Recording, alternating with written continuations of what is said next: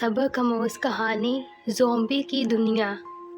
ये कहानी है गांव में बने हुए एक श्रापित कुएं की।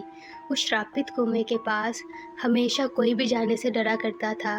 कहा जाता था कि उसमें कोई न कोई काली रूह रहती है।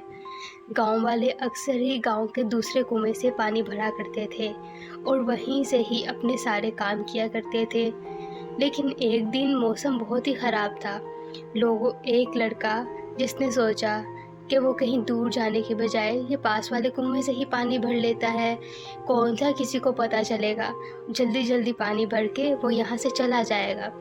उसने ऐसा ही किया। वो कुएं के पास गया और वहाँ से पानी भरा। जब वो कुएं के पास गया तो वहाँ से बुरी आवाज़ें आने लग गईं। वो आवाज़ों को सुन के बहुत ज़्यादा डर गया, उसके पसीने छूट गए। जब उसने देखा कि वहाँ पे एक आग का गोला बन गया। आग के गोले के बाद वहाँ पे एक रूह आ गई। उस रूह ने उससे बातें करना शुरू की और उस आदमी के ऊपर आग के गोले फेंके, जिससे उस आदमी को आग लग गई और वो वहाँ पे मर गया।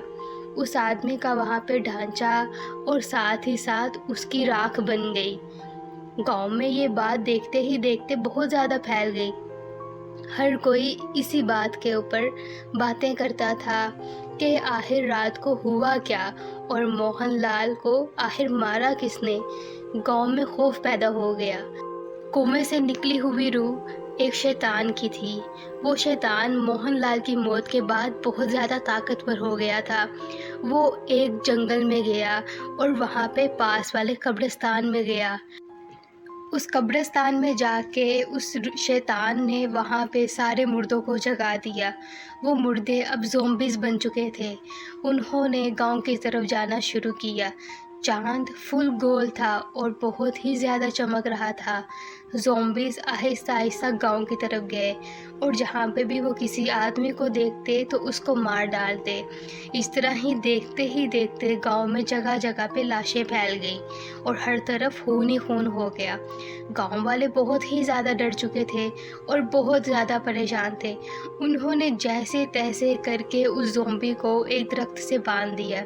उन्होंने उस दरख्त के साथ बहुत मोटी मोटी जंजीरों से उस ज़ॉम्बी को बांधा और उसको ताला लगा दिया।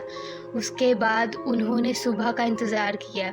जब सुबह हुई तो सूरज की रोशनी की वजह से उस ज़ॉम्बी को आग लग गई और वो हमेशा हमेशा के लिए मर गया।